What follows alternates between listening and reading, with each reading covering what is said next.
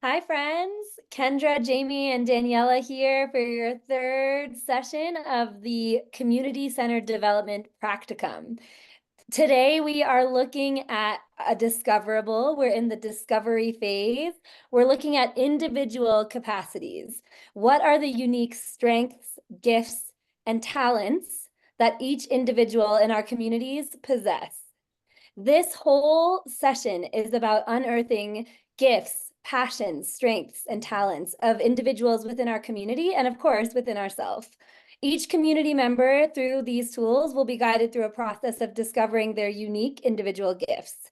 The way, though, that we need to begin as we think about discovering our individual capacities and gifts is shifting a mindset from a mindset, a mindset of lack to a mindset of abundance. And when we think about abundance, it means having enough, having plenty, enough to share. What is the opposite of abundance? The opposite of abundance is poverty. And what does poverty mean?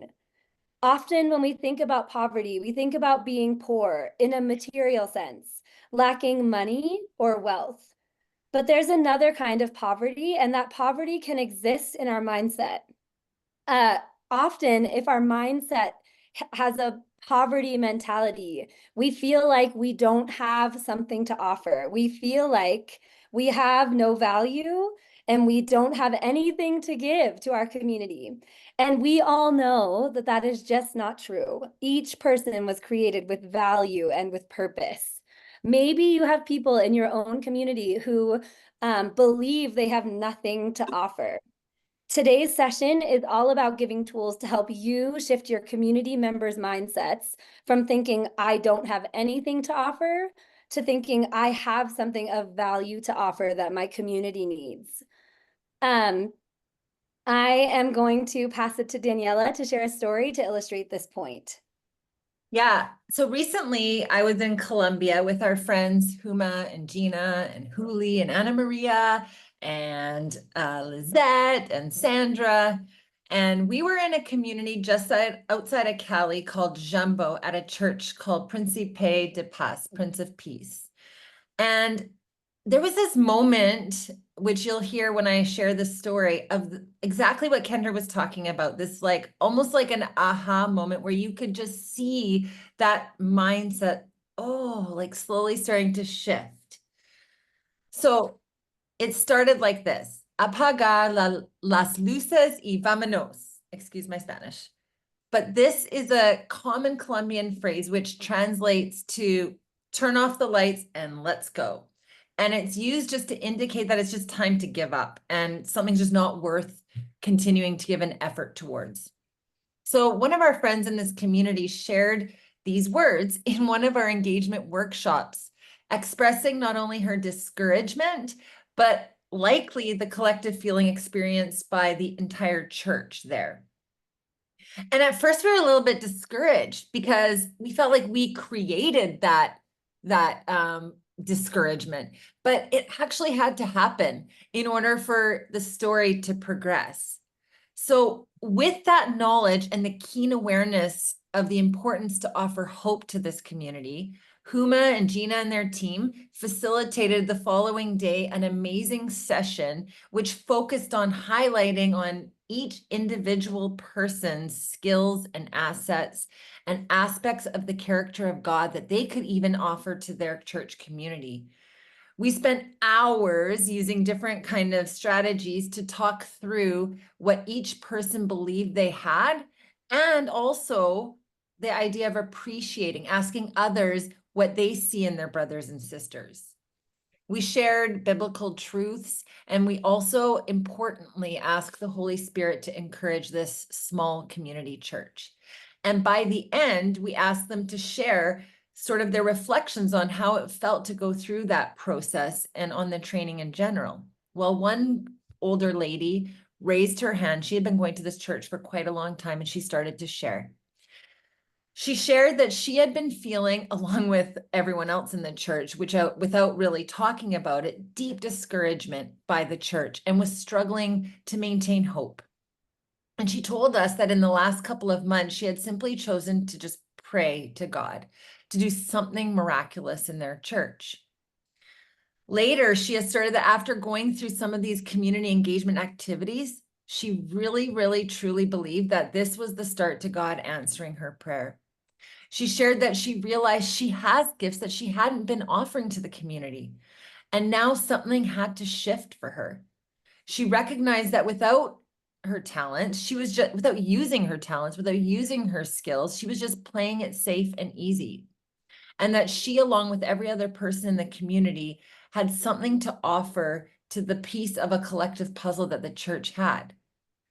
Interestingly, after that, she was followed in her sharing by another sister who repented to the group for hiding what she also had, her strengths, her gifts, her talents, and also playing it safe by just staying quiet. It was a beautiful moment. And this is where the shift, I think, really happened, was that she was embraced and forgiven by one of the pastors sitting next to her. It was an emotional, special evening to see such deep revelation on how important it is for everybody to bring themselves in their fullness to their communities. Me too, in my community as well. Thank you, Daniela. I love this story because I think it highlights this very thing, which is we all have something to offer. In the Bible, it talks about how each person is created in the image of God, that we were created to uniquely embody God's nature and character to the world. So we were created with worth and value. Each person in the world has worth and value. Each person in your community bears the image of God and has deep worth. So we want to help our community members learn that and believe that and receive that truth and changing their mindsets.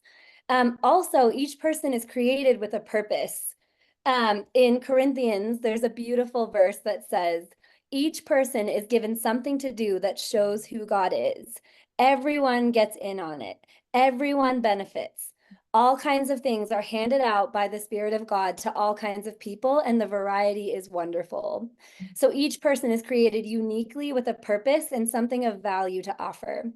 The tools we're going to talk about today give us an opportunity to help our community members make these discoveries. Very quickly, I just want to share a parable from Jesus about the bags of gold. Many of you will be familiar with this story, but I think it also highlights why it's a responsibility for us to not only know our gifts and talents, but share our gifts and talents. So I'll read the parable to you. Okay, it goes like this. There was a wealthy man leaving on a trip, and he called his servants together to delegate responsibilities. To one servant, he gave $5,000. To another, he gave $2,000. And to a third one, he gave $1,000. Each one was given according to their abilities. Then he left.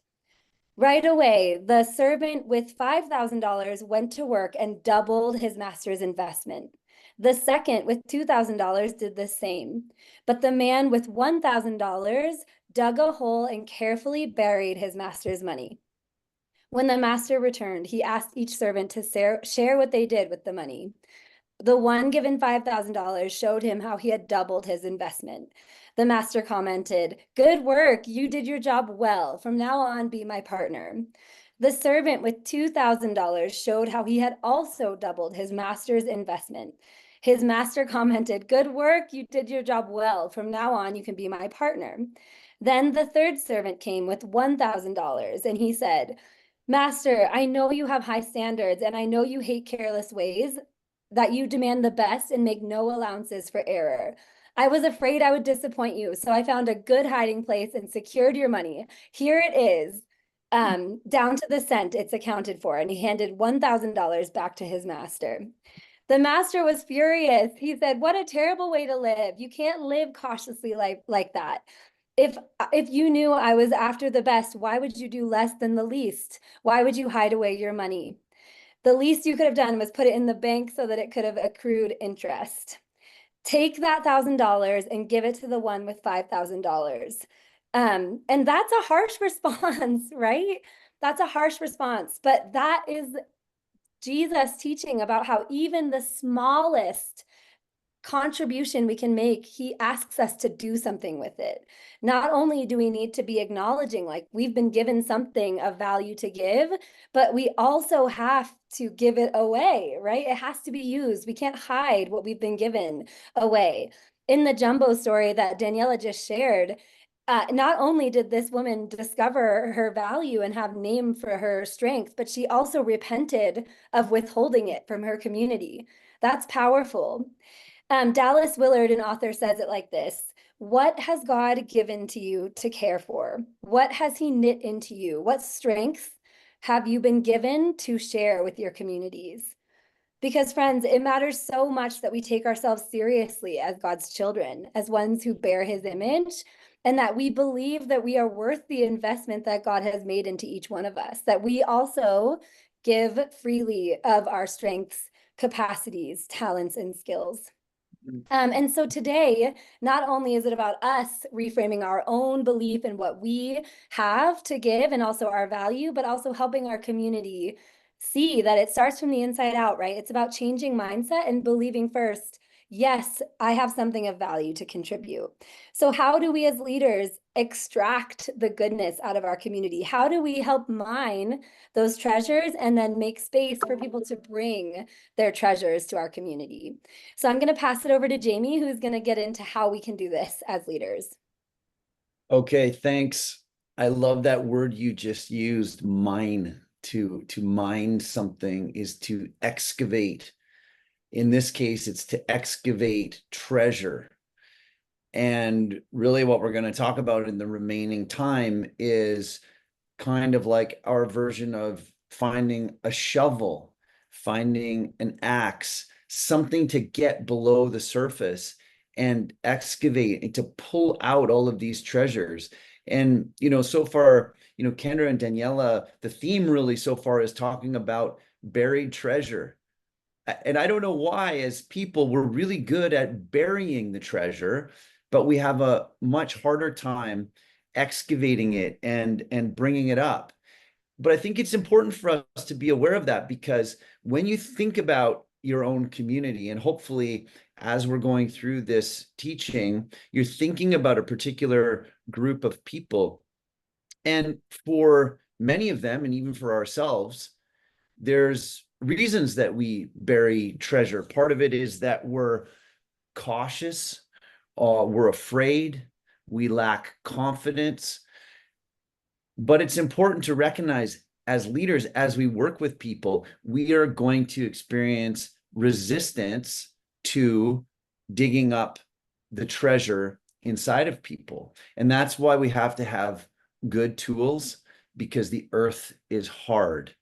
And our primary tool is prayer, to enter into people's lives and to create a space where people are comfortable to share and unearth some of those things inside of them. And so just share the next slide here. We want to talk about these tools in 3 different categories. And one thing that we've been recognizing is that it's important, before we can really start to just ask questions and pull out, hey, what are the skills and talents and particular abilities that individual people might have? It's important to recognize that we need to first activate their imagination. And, what does that look like? Really, it's igniting something inside of them, a passion that they have. With an athlete, you think about an athlete before they go and compete, they need to kind of warm up their muscles.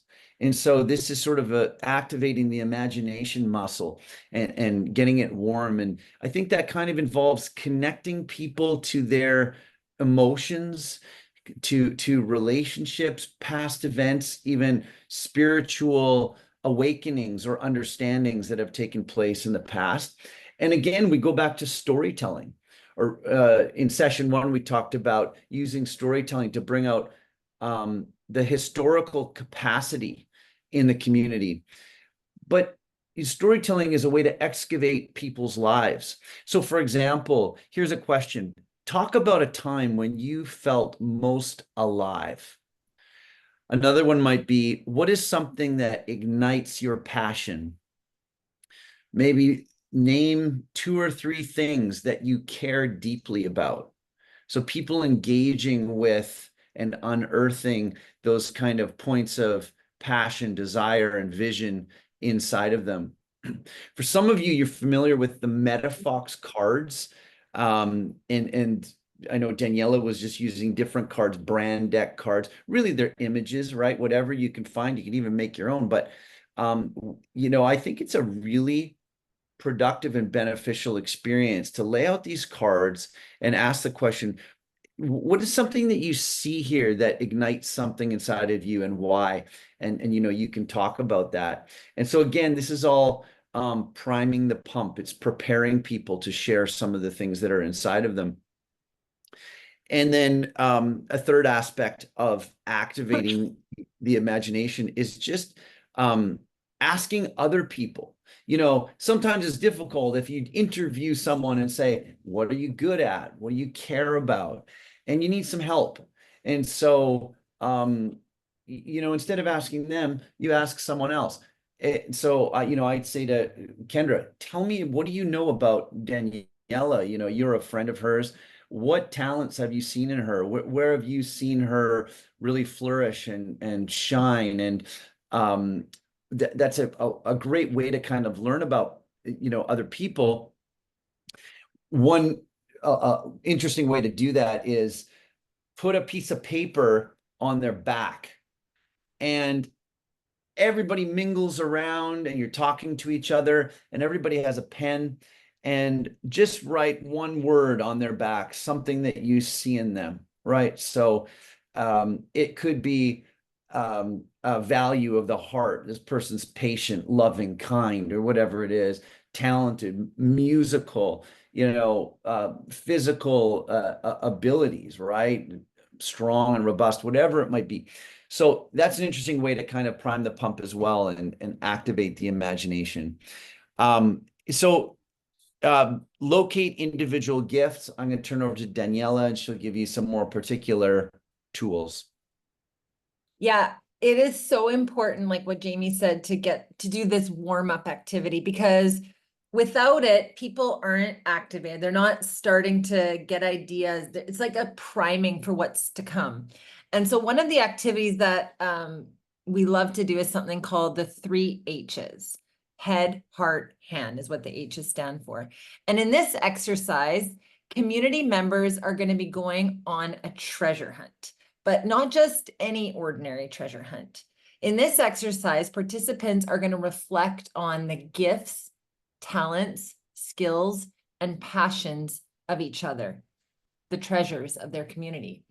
So by dividing their strengths into categories, strengths of the head, which would be things like knowledge, strengths of the heart, which is people's passion, their character, their personality, strengths of the hands, which are various talents and skills. It's through these 3 categories, you can start to see different aspects of their individual assets that they might not have even realized were assets at all. So there's a couple of ways that you can do an exercise like this. One of them, and we've seen it happening in so many different ways, and this is where we encourage you to know sort of the context of your community and what would work the best for them. One way we've seen it done is doing one-on-one interviews with one person asking questions and writing down the answers, and the other person sharing. Another way we've seen it done is by going into small groups where first people write down some of the strengths that they know, just their own personal ones, and then you start to ask each other person in the group where they've seen those different strengths in that person. Another way we've seen it done is through something called body mapping. And so Jamie, there's a slide there that just shows 2 pictures of that. And one of them is we just hand out a piece of paper of an outline of a person that kind of looks like a gingerbread man or woman. And you write in the head the different strengths of their head. You write in the hands of the outline all of the strengths of their hands. And then in the heart area, you write all of the strengths of their heart and their soul. And so those are just different ways that this tool could be used. But the key is this idea of interviewing and extracting things from the other person. And the most important thing in this exercise is for appreciation to occur in both senses of the words. So part of it is that the interviewer needs to have, or needs to be encouraged to have, a desire to know that person, to know their strengths, to have curiosity about who that person is, but also for the interviewer to extract as much information as possible about that person. So there's two kind of components that at play here. And all of it is about asking questions. And sometimes this can be a little bit hard to think about, how do I figure out what this person knows? How do I figure out what this person cares about in their character? How do I figure out all of the different things their hands can do? And so what we've developed is a series of questions for each one of those aspects of, and they're kind of like probing, extracting questions that we found. So for example, in the head, and we'll send you all of these questions, you're trying to figure out what they know about. You're trying to figure out what they think about. You can ask questions like, what kinds of things can you teach others? What do you like to debate about? What do you like to talk about and learn about?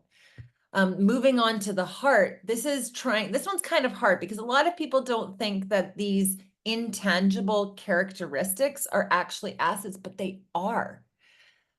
And if you can activate people's hearts, they're all in. It's easier to get people to want to do things when their hearts are in it.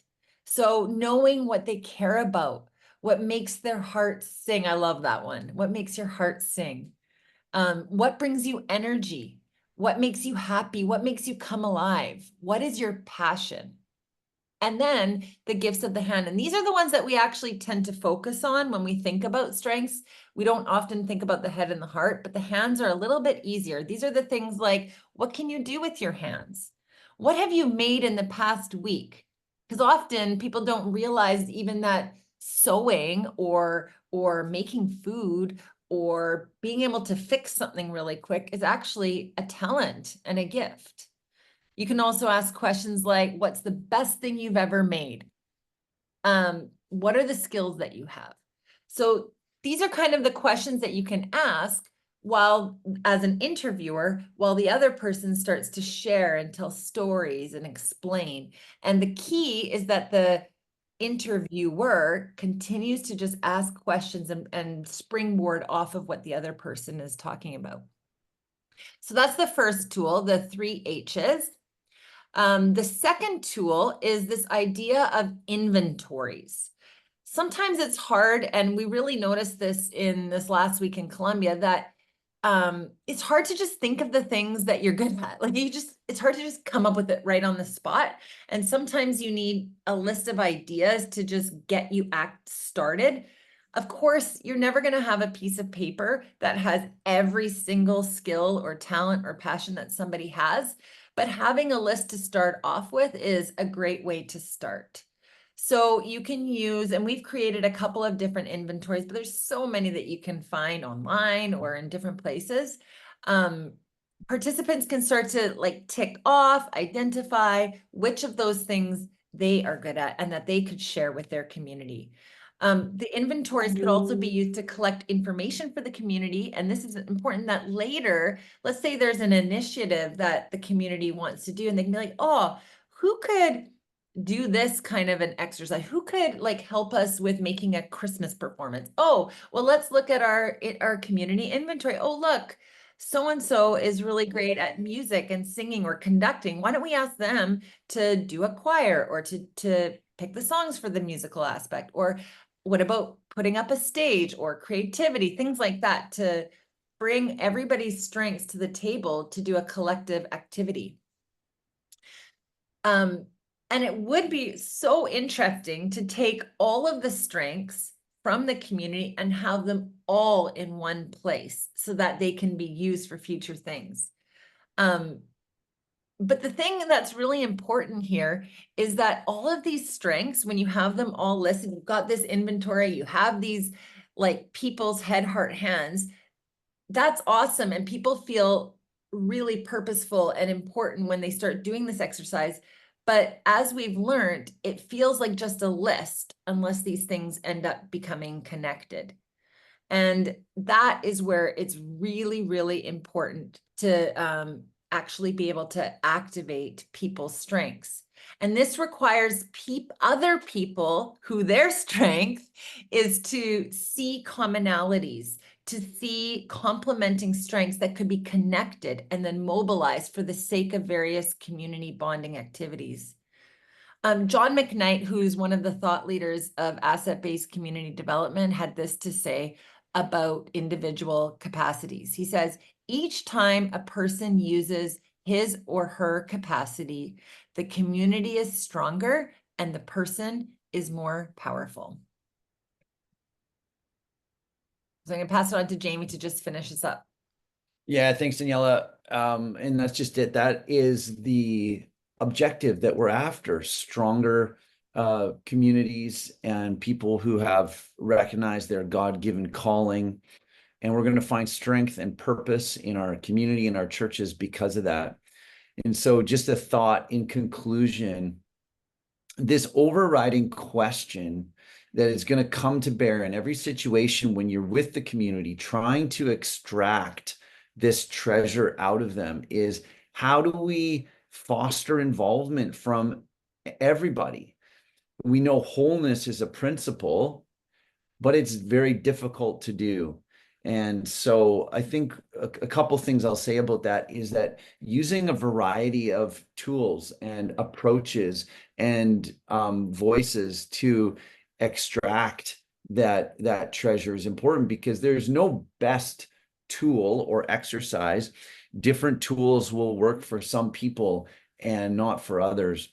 And then the second thing is just to be persistent, to continue with people, to recognize that there is treasure there that's worthy of being extracted.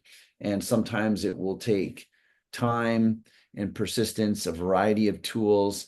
But what we need to remember and believe strongly in is that every voice is needed, even the ones that are perceived as the weakest or the most marginalized. Sometimes the most valuable treasures are buried the deepest. And so we can't be just settle for being on the surface of mining and extracting, but to go deep into people's lives and to make sure that we pull all of the possibilities out of people.